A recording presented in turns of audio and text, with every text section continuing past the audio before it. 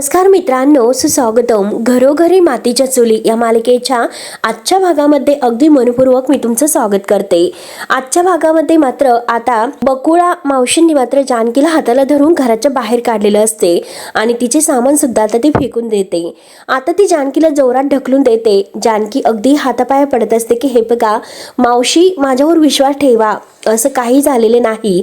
परंतु आता बकुळा तर ऐकायला तयार नसते. शेवटी तिला हेच हवं असतं म्हणून ती जानकीला पुन्हा जोरात ढकलून देते. तोच लगेच ऋषिकेश येतो आणि ऋषिकेश आता बकुळा मावशीवर ओरडतो की काकू, तुम्ही हे काय करतात. आता जानकी ही रागाने ऋषिकेशकडे पाहत असते. आता मात्र जानकी ही ऋषिकेशला बाजूला ढकलते आणि म्हणते की तू तर काहीच बोलू नकोस. हे जे काही झालं तर ते तुझ्यामुळे झालं, सगळं तुझ्यामुळे झाले. त्यावर आता लगेच ऋषिकेश म्हणतो की काय बोलतेस. अगं माझ्यामुळे कसे झाले, हे काय बोलतेस तू, मी काय केलंस. त्यावर आता हे ऐकून बकुळा मावशी म्हणते की अगं बाई बाई, बघा बघा, आता इतकं सगळं करून सुद्धा वर विचारतो की मी काय केलं ते. दोघंही करून सवरून अगदी सावसूलपणाचा आवांतात. अरे तुमची ही नाटकं बास करा. आता असं म्हटल्यानंतर आता ऋषिकेश विचारतो की काकू, तुम्ही नक्की काय बोलतात, अगदी मला व्यवस्थित सांगताल का की नक्की काय झाले ते. त्यावर त्या बकुळा म्हणते की अरे बोलू कशाला, स्वतःच्या डोळ्यांनीच बघ की काय पराक्रम केले ते. म्हणून आता बकुळा मावशी ते फोटो उचलते आणि ऋषिकेशला दाखवते. आता हे फोटो पाहिल्यानंतर ऋषिकेशला धक्काच बसतो. आता मात्र जानकी खूप रडत असते. तर बकुळा आता ते फोटो घेते आणि सर्वांना दाखवत असते की बघा बघा यांचे पराक्रम, या दोघांचे काय धंदे सुरू आहे ते. आता मात्र ऋषिकेश हे फोटो पाहत असतो आणि जो काही त्यावेळेस प्रकार घडलेला आहे तो क्षण त्याच्या डोळ्यासमोर येतो. म्हणजे मी त्या गोडाऊन मध्ये गेलो होतो आणि तेथे आता ही जत्रेवाली होती म्हणजे जानकी, आणि त्यावेळेस तिला चक्कर आली होती म्हणून मी तिला धरले होते आणि त्यावेळेस आता हे फोटो काढले गेलेले आहे. नक्की हे फोटो कोणी काढले असेल. आता ऋषिकेशला मोठा धक्काच बसतो. आता बकुळा ही अगदी जोरजोराने ओरडत लोकांना सांगत असते की अहो, ह्या मुलीला मी माझी मुलगी मानली होती, अगदी वेळेत घरी ये असं मी तिला बजावून सांगत होते, तिच्यावर लक्ष ठेवत होते, परंतु हिने कधीही माझं ऐकलं नाही. आणि बघितलंस का हिचे बाहेर काय धंदे चालतात. आता जानकीवर नाहक आरोप होत असतात आणि बिचारी रडत असते. आता ऋषिकेशला खूप राग येतो. आता बकुळा ही ऋषिकेश जवळ येते आणि त्याच्या अगदी हाताला धरून विचारते की काय रे, तुमच्या दोघांचं काय सुरू आहे. अरे तुम्ही कालच परवा चाळीमध्ये आले आणि लगेच लफडं सुरू केलं. आता मात्र ऋषिकेश आणि जानकीवर मात्र बकुळा ही नाहक आरोप करत असते आणि मोठमोठ्याने ओरडत म्हणते की यांना काय, अगदी त्यांना असं वाटलं असेल की आपल्याला काय कळणार, आपल्याला नाही कळणार म्हणून. आता मात्र काकू ही ऋषिकेशला म्हणते की अरे आता का गप्प बसलास, बोल ना काहीतरी. तर आता ऋषिकेश म्हणतो की हे बघा काकू, तुम्ही जर बोलायच्या थांबलात तर मात्र मी बोलू शकतो. किंवा आता ही बकुळा काकू ऋषिकेशवर अगदी मोठ्या आवाजात ओरडते, मी तुला सांगते की माझ्याशी सुद्धा उद्धटपणाने बोलायचं नाही, सांगून ठेवते मी तुला. अरे लहान मोठं काही कळतं की नाही तुला, बेशिस्त कुठला. आणि आता सगळ्या लोकांना सांगते की अहो, त्या दिवशी मात्र मी याच्या खोलीवर चहा घेऊन गेले होते. आता मला असं वाटलं होतं की अगदी एकटा राहतो बिचारा म्हणून द्यावा चहा, परंतु त्या दिवशी मात्र मला कळाले होते, माझ्या चांगलंच लक्षात आले होते की हा पोरगा चांगला नाही म्हणून. अरे काय रे, इतक्या मोठ्या माणसाचा मुलगा तू, आणि असं वागताना तुला जराशी सुद्धा लाज वाटत नाही का. आता आरोपावर आरोप मात्र ती ऋषिकेशवर करत असते. आता बकुळा ही पुढे त्याच्यावर आरोपच करत म्हणते की अहो, ऐकतात ना, हा नानासाहेब रणदिवे यांचा मुलगा आहे आणि हे सर्व वागताना त्याला जराशी सुद्धा लाज वाटत नाही. आणि आता मला कळतं की हा पोरगा येथे आपल्या चाळीमध्ये राहायला का आला. आता मला कळतं की ह्या दोघांची भानगड मात्र पहिल्यापासूनच चालू आहे आणि त्याचमुळे मात्र ह्या मुलाने आमच्या बाजूची खोली घेतली असेल. आता प्रधान काकांना खूपच राग येतो. प्रधान काका म्हणतात की काय ग, वाटेल तसं सारखं सारखं तेच का बडबड करते. अगं जे म्हणाली ते बोलू नकोस, थोबाड बंद कर अगोदर. आता मात्र बकुळा ही त्यांच्यावर चिडते आणि आता प्रधान काकांना ती शांत राहायला सांगते. आणि माझ्यावर कशाला आवाज चढवतात, ह्या मुलीवर आवाज चढवा. अहो, ह्या मुलीला तुम्हाला तर घरामध्ये थारा द्यायचा होता. ह्या मुलीच्या नादाला लागून माझी प्रिया सुद्धा बिघडली असती तर. आता जानकी खूप रडत असते. जानकी म्हणते की काकू प्लीज असं बोलू नका, मी तुम्हाला खरंच सांगते की मी काही चुकीचं नाही वागले. आता बकुळा मावशी मात्र जानकीवर खूपच ओरडतात. आता जर यापुढे काही बोललीस तर मी तुझं थोबाड फोडेल. आणि त्याच वेळेस मात्र ऋषिकेश आता एक शक्कल लढवतो. ऋषिकेश मात्र आता अशी शक्कल लढवतो की बकुळा मावशींची चांगलीच जिरवतो. आता एक डावा आहे तर तो मात्र प्रियाच्या अंगावर फेकतो आणि साप साप म्हणून जोरात ओरडतो. आता प्रिया तर खूपच घाबरते इतकी घाबरते तर आता ते दाव आहे ते ऋषिकेशच्या अंगावर फेकून देते आणि लगेच ऋषिकेशला घट्ट असे मिठी मारते. त्यावर आता ऋषिकेश म्हणतो की अगं शांत हो, साप नाही तर दोरी आहे. प्रिया इतकी घाबरते नाही, सापच आहे म्हणून ती अगदी ऋषिकेशला घट्ट मिठी मारूनच असते. तेव्हा ऋषिकेश म्हणतो की अगं डोळे उघडून बघ तरी. आता मात्र जेव्हा प्रिया डोळे उघडते तर लगेच ऋषिकेश पासून ती लांब होते आणि ऋषिकेश म्हणतो की दोरी आहे. तर बकुळा मावशी आता लगेच आता ऋषिकेशवर धावून येते आणि म्हणते की काय रे, माझ्या मुलीला का घाबरवलंस तू? त्यावर तर ऋषिकेश म्हणतो की हो, हवं तर तुम्ही सुद्धा पाहिलं असेल सगळ्यांच्या डोळ्यासमोर आणि तुमच्या सुद्धा नजरेसमोर तुमच्या मुलीने मात्र मला मिठी मारली होती. आता तुम्ही काय म्हणता की तुमच्या मुलीचं आणि माझं लफडं आहे? त्यावर त्या बकुळा ही जोरात ओरडते, अरे मी तुला सांगून ठेवते की माझ्या मुलीवर भलते सलते आरोप लावू नकोस. अरे तू सापसाप म्हणून ओरडलास म्हणून ती घाबरली आणि भीतीने मात्र तिने तुला मिठी मारली. त्यावर त्या ऋषिकेश म्हणतो की एक्झॅक्टली, आणि आता कसं बोललात बरं? तर ऋषिकेश जानकीकडे बघत म्हणतो की अशीच जी काही सिच्युएशन आहे तर ती हिच्या बाबतीत सुद्धा घडली असेल आणि हे जे काही तुम्ही सगळं बघतात ना तर ते ऍक्सिडेंटली सुद्धा आमच्या सोबत घडू शकतं. त्यावर आता प्रधान काका हसून म्हणतात की म्हणजे तुमच्या बाबतीत सुद्धा असंच काहीतरी झाले का? त्यावर आता लगेच ऋषिकेश पुढे येतो आणि म्हणतो की काका, ही जेव्हा घरी येत होती तर हिचा एक माणूस पाठलाग करत येत होता आणि ज्यावेळेस आता हिने त्या माणसाला जाब विचारला तर त्या माणसाने मात्र हिला चाकू दाखवला. बिचारी मात्र स्वतःचा जीव वाचवण्यासाठी एका गोडाऊन मध्ये गेली.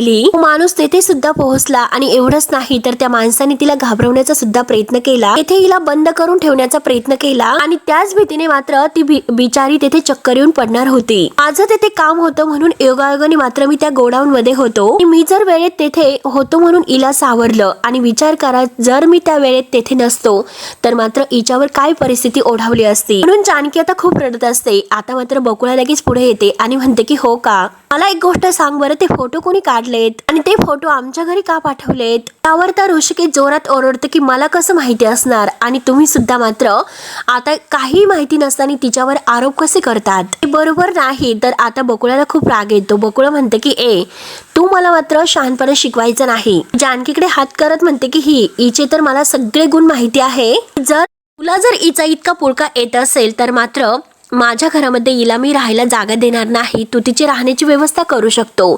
आता मात्र ऋषिकेश बकुळाकडे पाहत असतो.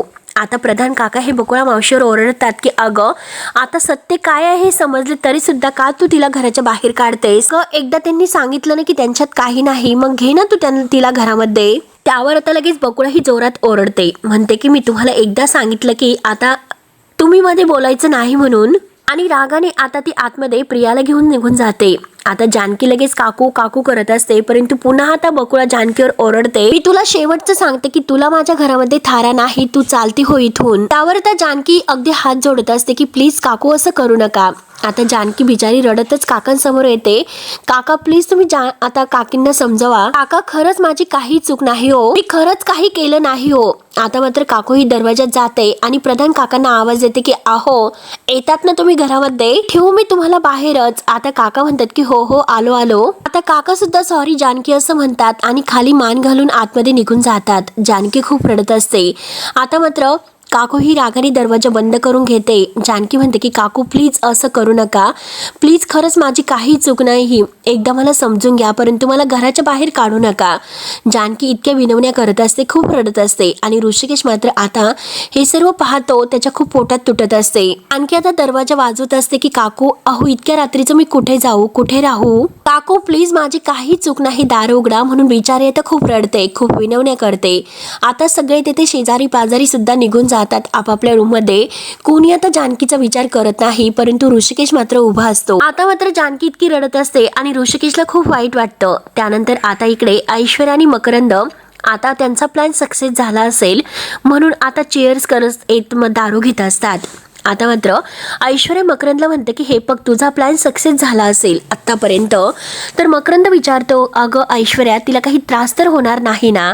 आता ऐश्वर्या म्हणते की अरे नाही, आणि जरीही झाला थोडासा किंचित त्रास होईल. आणि आता मात्र ती राहण्याची जागा शोधत असेल आणि मग त्यावेळेस मात्र आमचा मकरंद आहे ना मॅप, तो हिरो सारखी तेथे एंट्री करेल. त्यावर आता मकरंद म्हणतो की खरंच ऐश्वर्या मला पावलोपावली तिची मदत करायची आहे, सगळं काही अगदी आपल्या प्लॅन सारखं आणि मनासारखं घडून दे. त्यावर आता लगेच ऐश्वर्या म्हणते की अरे नॉट अगेन, अरे मकरंद, मी तुला किती वेळेस सांगितलं की तू इतकं टेन्शन घेऊ नकोस, खूप टेन्शन घेतोस तू. जे तुला हवं आहे अगदी तसंच होईल. आणि बघ, अरे माझा माणूस सुद्धा आहे तिकडे आणि फोटो सुद्धा अगदी त्याने घरी नेऊन दिलेले आहे. तो गेला असेल तिकडे आणि इतक्या वेळात मात्र तुझ्या त्या गर्लफ्रेंडला त्या लोकांनी घराच्या बाहेर सुद्धा काढले असेल. आणि त्याच वेळेत आता ऐश्वर्याला तिच्या माणसाचा कॉल येतो. आता लगेच खुश होत ऐश्वर्या फोन घेते आणि फोन घेतल्यानंतर हॅलो म्हणते.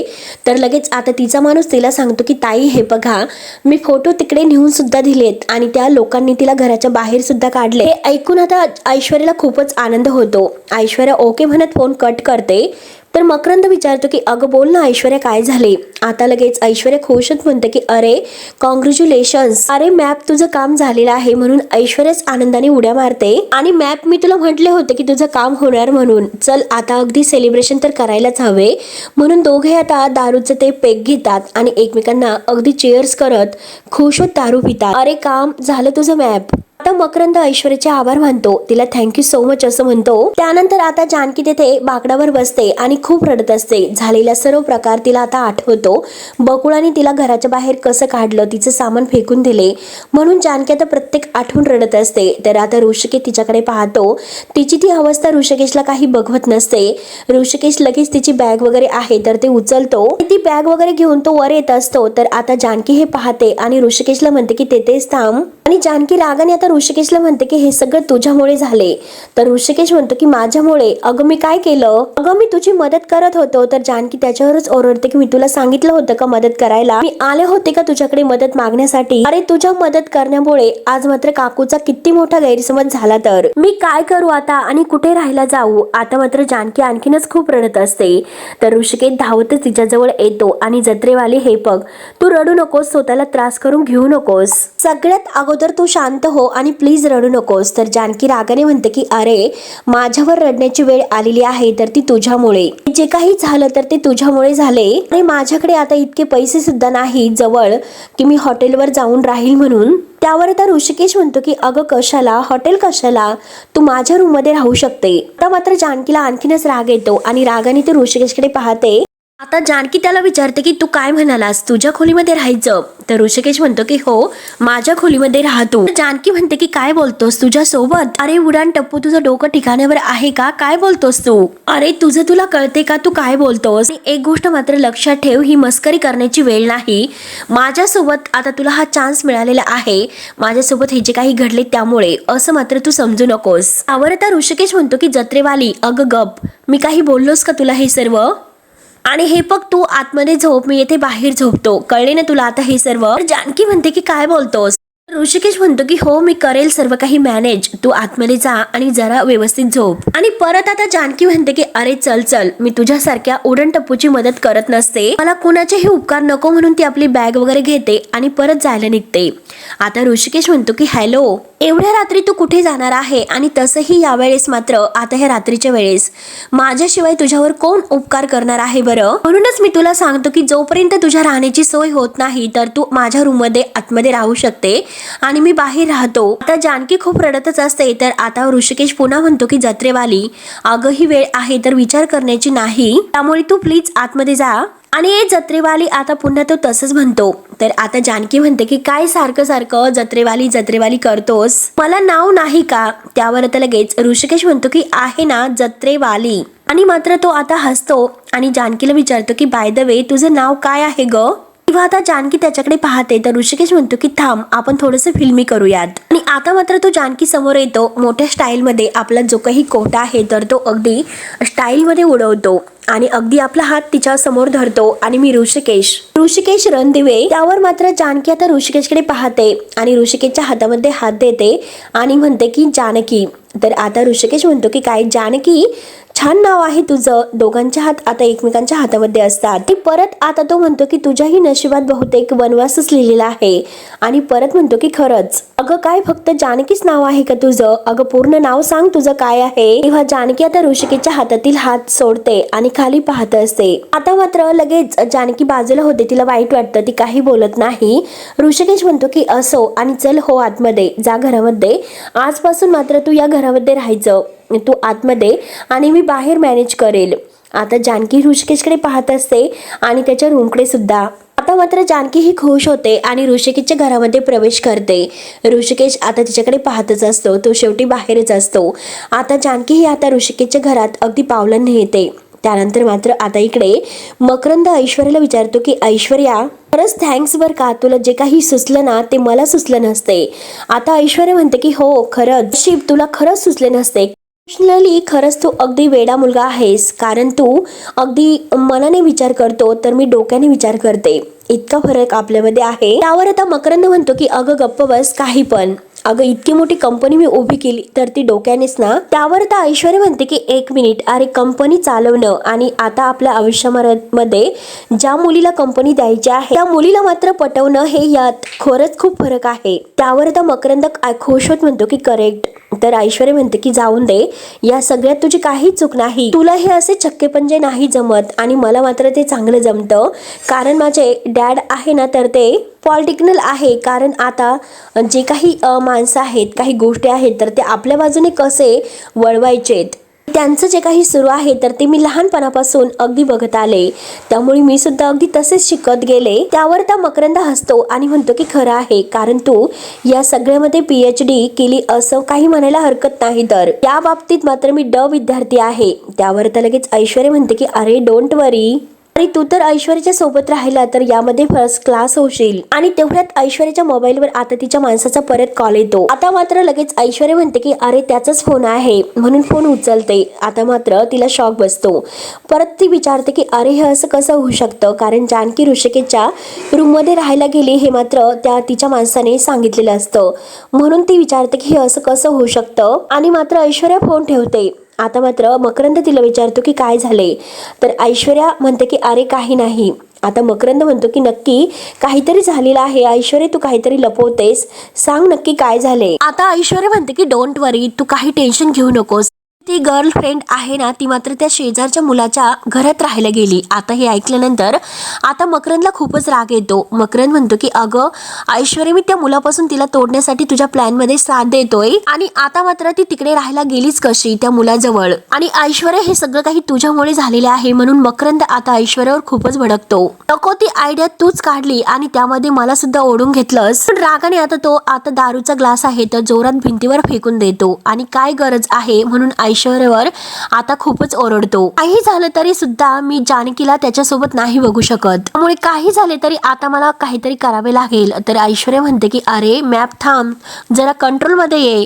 ऐश्वर्या आता मकरंदला खूपच घाबरलेली असते. ऐश्वर्या म्हणते की अरे प्रेमात असं नाही चालत, ती नक्की तुला शोधत येईलच इथे. मकरंद म्हणतो की हे बघ, आता जर मी तिला मदत केली तर माझं इम्प्रेशन तिच्यावर चांगलं पडेल, त्यामुळे तू मला जाऊन दे. त्यावर आता ऐश्वर्या ओरडते. ऐश्वर्या म्हणते की अरे तू मूर्ख आहेस का, मुली असा विचार करत नाही, अरे तू शांत हो. अरे मॅप, तू तिला थोडासा वेळ दे, स्वतःहून ती सगळं काही तुला सांगेल फोन करून, त्यामुळे तू अगदी शांत राहा. अरे ती आता ट्रेसमध्ये आहे. तर आता मकरंद म्हणतो की ती फोन नाही करणार. ऐश्वर्या म्हणते की अरे ती नक्की फोन करेल, माझा अंदाज कधीही चुकत नसतो, त्यामुळे प्लीज तू काम डाऊन. आता मात्र मकरंद कुठे थोडासा शांत होतो. त्यानंतर आता इकडे ऋषिकेश बाहेर भिंतीला डोकं ठेवून उभा असतो, आणि आतमध्ये जानकी त्याच भिंतीला आतमधून डोकं ठेवून रडत असते. आता आश्रमातून मधुहूंनी तिला जे काही सांगितलेलं आहे, आणि जे अगदी ती निघत असताना तिला जे मोलाचे सल्ले दिलेले आहेत, आता ते सगळे तिला आठवतात. मधुहूंची आठवण येते आणि जानकी आता खूप रडत असते. आता ती सायली सोबत जायला निघलेली असते, परंतु सायली म्हणते की आश्रमात यायचं पण शिक्षण पूर्ण करून. हे क्षण सुद्धा तिला आठवतात.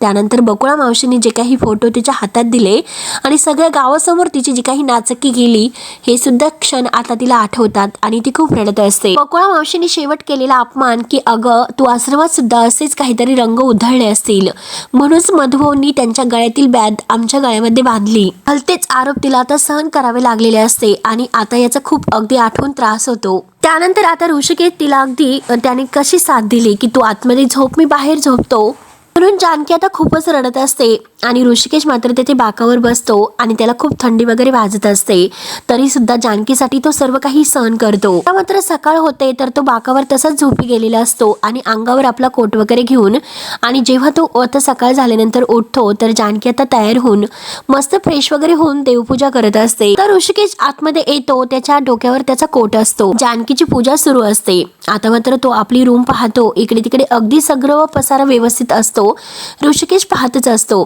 जानकी त्याला म्हणते की उठलास, चहा तयार आहे असं म्हणते. तर आता ऋषिकेश विचारतो की दूध कुठून आणलेस.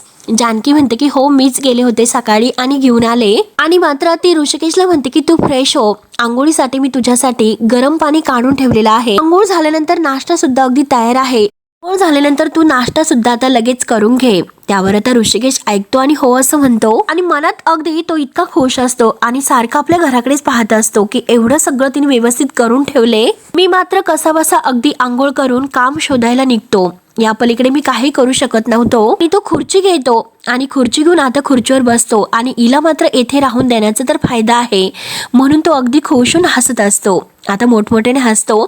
जानकी त्याला शुकशुक करते. जानकी त्याला म्हणते की डोक्यातून सगळं काही काढून टाक अगदी हसते त्याच्याकडे बघून. आणि जानकी आता त्याच्या समोर येते, हात जोडते आणि म्हणते की सगळ्यात अगोदर तुम्हाला येथे राहून दिलं त्याबद्दल खरंच थँक्यू सो मच. अरे मला वाटलं होतास तसा उडाणटप्पू नाहीस तू तर आहेस म्हणून. आता जानकी त्याच्याकडे बघून हसते आणि ऋषिकेश तिच्याकडे बघून हसतो. तेव्हा आता मित्रांनो हा भाग येथे संपतो. पुढील भागामध्ये जानकी जेव्हा आता ऑफिसमध्ये येते आणि मकरंदला हे सर्व काही सांगते आणि म्हणते की सुरुवातीला तो मला उडाणटप्पू वाटला होता परंतु खरंच तो मुलगा खूप चांगला आहे. आता मकरंदला इतका राग येतो आणि रागाने लगेच तो ऐश्वर्याला फोन करतो आणि ऐश्वर्याला म्हणतो की ऐश्वर्या हवं ते सगळं काही तू करू शकते, साम दाम दंडभेद सगळं काही, परंतु तो मुलगा मात्र मला जानकी सोबत नकोय. तर ऐश्वर्या खुश म्हणते की हो तुझ्या मनासारखं होईल. त्यानंतर मात्र आता इकडे सारंग आणि सुमित्रा आता म्हणजे ऋषिकेशला भेटायला आता त्याच्या घरी येतात आणि आता दाराला कुलूप असते. सारंग म्हणतो की दाराला तर कुलूप आहे. तर सुमित्रा म्हणते अरे मग ऋषिकेश कुठे गेला असेल. जेव्हा मात्र आता ऋषिकेश काम शोधायला गेलेला असतो तर त्याला तेथे ऐश्वर्याच्या प्लॅननुसार आता त्या लोकांनी तेथे कुलूप लावून ठेवलेलं असतं बंद करून त्या खोलीमध्ये. आता ऋषिकेश जोरात ओरडतो की अहो दार उघडा, तुम्ही का मला अगदी येथे बंद करून ठेवलेलं आहे. तेव्हा आता मित्रांनो पुढे काय होईल हे बघण्यासाठी आता आपल्या चॅनलला नक्की सबस्क्राईब करत राहा. धन्यवाद.